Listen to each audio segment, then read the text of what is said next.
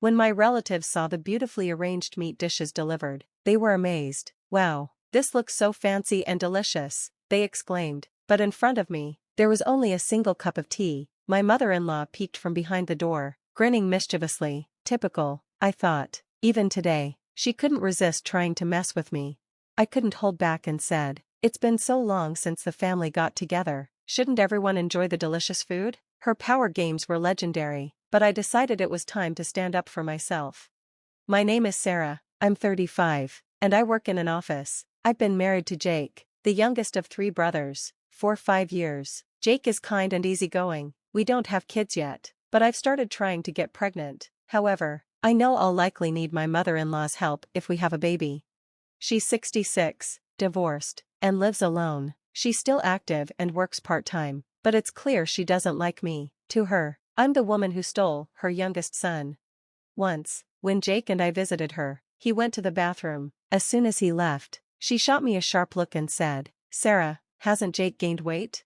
I shook my head. "I don't think so."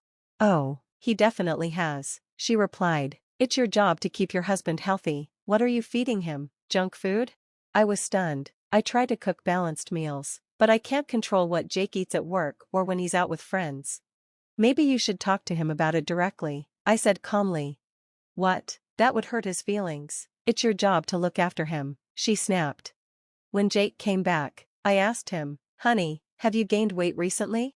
"Huh? No, I've actually lost a little," he said. The room went silent. My mother-in-law's face froze. Then she snapped, "Lost weight? Sarah, are you starving him?"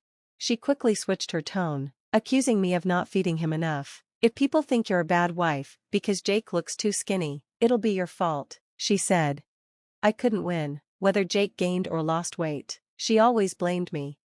Visiting her house for dinner was no better. She'd invite us over, and the table would be full of delicious dishes, fresh fish, vegetables, soup, and fried rice. Everyone got a plate, except me. I was only given a cup of tea. Once, I tried to speak up. I didn't say I wasn't hungry." "Oh, but you said you didn't want anything, didn't you?" she replied, acting innocent. "I didn't say that." "Oops, sorry, I must have misunderstood. You know, I'm just an old lady," she said with fake sincerity. At first, I believed her, but it happened every single time. Her excuses, "I'm just a forgetful old woman," left me stuck. If I called her out, I'd look petty. I had enough. After being served only tea for the 3rd time, I stood up and said, "Let me help you, Mom." Heading to the kitchen, I served myself some rice and soup, then grabbed a few side dishes from Jake's plate and sat down. She frowned. "Sarah, I told you to stay out of the kitchen, and now you're taking your husband's food." I smiled sweetly. "Your cooking is just so delicious." I couldn't resist. Jake looked uncomfortable, but finally spoke up. "Come on, Mom, this isn't like you. There's no reason to give Sarah a hard time." "Oh no, it's not like that," she stammered. "It's just an old habit. I must have miscounted." Her excuse was weak, and I was now sure her actions were on purpose. The next visit, she made chicken and eggs, foods I'm allergic to. I stared at my cup of tea, unsure what to do. Jake stepped in. "Mom, you know Sarah can't eat chicken or eggs. Did you make something else for her?" Caught off guard, she stammered, "Oh, of course, I thought I'd order takeout for her." "Sarah, pick whatever you'd like." I smiled. "Thank you, I'll have fries." Her face twitched, but she couldn't back out. When the fries arrived late, I ate them slowly, ignoring her displeasure. Small victories like this kept me going. One day, I'd teach her that respect goes both ways. Still, I knew she wouldn't let it slide. She'd probably make a snide comment like, "Fries are for kids." I also didn't mention I could eat cooked eggs, just not raw ones. Why give her more ammunition? The petty battles continued. Once, I brought over homemade seasoned rice and vegetables, thinking, if there's no meal for me, at least I can eat this. But she was one step ahead. "Why did you bring something so dirty?" she asked, frowning. "Dirty?" I was confused. "Everything's brown. You should think about presentation," she said, sounding like some self-proclaimed aristocrat. "But it's delicious," I replied. "I came up with the recipe myself." "You really have no taste," she said bluntly, so careless and no sense of refinement. This time, she didn't hold back. She even picked up my container and dumped the food into the trash. It had gone bad, she said with a dismissive wave. My anger boiled over. "That's not possible," I shouted. At that moment, Jake walked in. "What's going on? Why are you shouting?" Her fierce expression immediately softened into a sweet smile. "Oh, Sarah's cooking had gone bad, so I threw it out." Jake frowned. "That's too bad. It's usually so tasty." "Tasty? That brown food?" she muttered under her breath. I was livid. Wasting food is something I simply cannot forgive. That day, I decided enough was enough. As usual, all I had was tea. I drank it down defiantly, my mother-in-law smirking as she enjoyed my frustration. A week later, we gathered for my niece's birthday. Jake's 3 brothers, their families, and several relatives we hadn't seen since our wedding were all there. The lively atmosphere was filled with laughter and chatter. The tables were pushed together in the recreation room, creating a long banquet setup. My mother-in-law spared no expense, offering appetizers, soup, salad, steak, mashed potatoes, and desserts, every dish restaurant quality. "Wow, this looks amazing, so luxurious," relatives marveled. Pleased with the praise, she said, "I indulged since it's been so long since the whole family got together. Let's enjoy these delicious dishes." But at my seat, as always, there was only tea. Peeking out from behind a sliding door, my mother-in-law smirked at me. Even during a festive occasion, she found a way to torment me. I felt conflicted. If I pointed out the empty place setting, well-meaning relatives might offer to share their food. She would then say, "Oh, I must have forgotten, silly me," while whispering later that I was greedy. As I sipped my tea, anger bubbled inside me. I wanted her to admit her pettiness and apologize, but instead, she continued smirking, relishing my discomfort. Finally, I stood up. "Thank you for the meal. It seems I'm not considered family, so I'll be leaving now. Please, everyone, enjoy yourselves." The room fell silent. Relatives exchanged confused glances and whispered, "What's going on?" Feigning innocence, my mother-in-law tilted her head. "Oh my, what's the matter, Sarah?" "There's no meal for me," I said plainly. Her face shifted to mock surprise. "Oh dear, what should we do? How careless of me." "You knew exactly what you were doing," I said, my voice cold. Calmly, she walked over with a tray. "Here it is. I just forgot to put it at your seat. No need to make such a fuss," she said with a smug smile. I looked down at the tray and my stomach sank. It wasn't the steak and sides everyone else had. Instead, it was egg salad, thick omelets, and pudding, all foods I'm allergic to. My hands trembled. This was deliberate. Jake noticed and stepped in. "Mother, this is terrible. You know Sarah's allergic to eggs." Feigning shock, she gasped, "Oh my, I didn't order this. Could the restaurant have made a mistake?"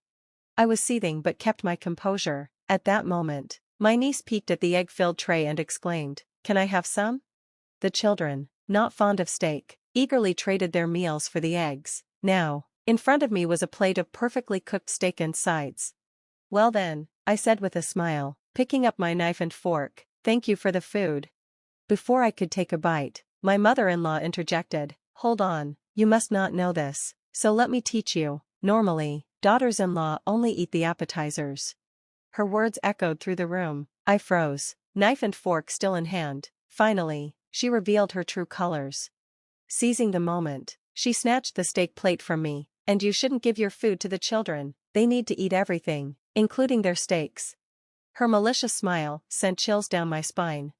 The other daughters-in-law exchanged uneasy glances and began apologizing. "I'm sorry for eating the steak, even though I'm just a daughter-in-law. I'm sorry for drinking the soup, even though I'm just a daughter-in-law. And I'm sorry for eating the mashed potatoes, even though I'm just a daughter-in-law."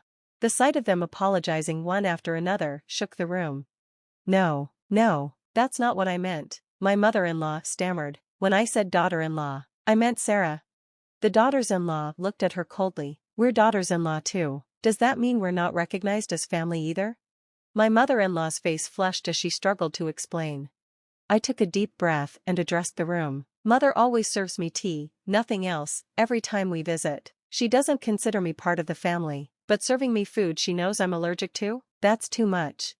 The relatives began murmuring in disapproval. My mother-in-law's carefully crafted image started to crumble. "Oh, I completely forgot about your allergy, Sarah. I could have sworn you liked eggs, but maybe I was mistaken," she said, her tone dripping with false innocence. "But you just said you didn't order this, didn't you?" I replied sharply.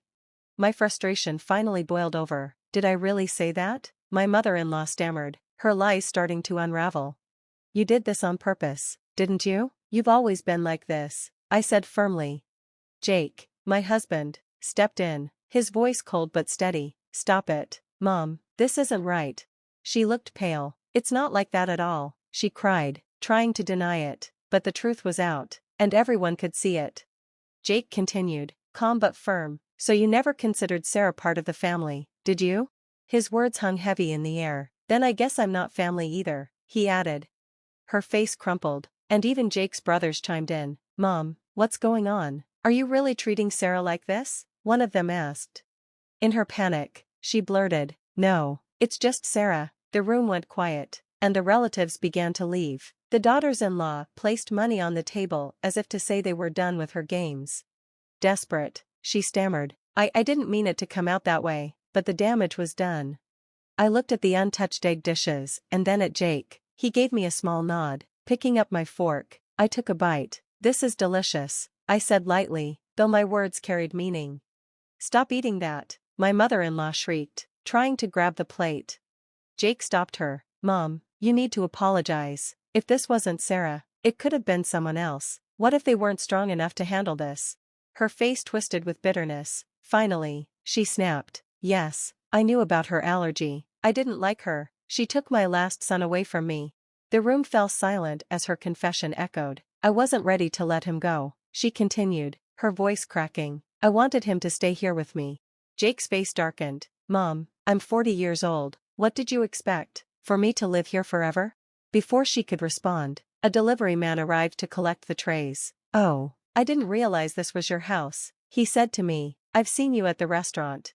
Smiling politely, I replied, yes, I've been a frequent customer since my mother-in-law never makes food for me. The delivery man chuckled, unaware of the tension. Oh, so this is the famous mother-in-law who forgets her daughter-in-law's meals. Her face turned ashen. That's enough, she snapped, trying to shut the door on him, but it was too late. Jake sighed. Mom, you always wanted us to visit, but I think it's best if we don't anymore. Don't say that, she cried. Come, even if it's just you. But Jake shook his head. No, Mom, my wife is my family. If she's not welcome, neither am I. From that day on, Jake's brothers and their wives also distanced themselves. They later admitted they had been mistreated too but stayed quiet out of fear. Despite her attempts to contact Jake, he stayed firm. Mom, I don't need your cooking anymore, and I won't be coming back for a while. Her actions left her isolated, while Jake and I moved forward, building a happier life together, a life filled with love, respect, and meals shared as equals.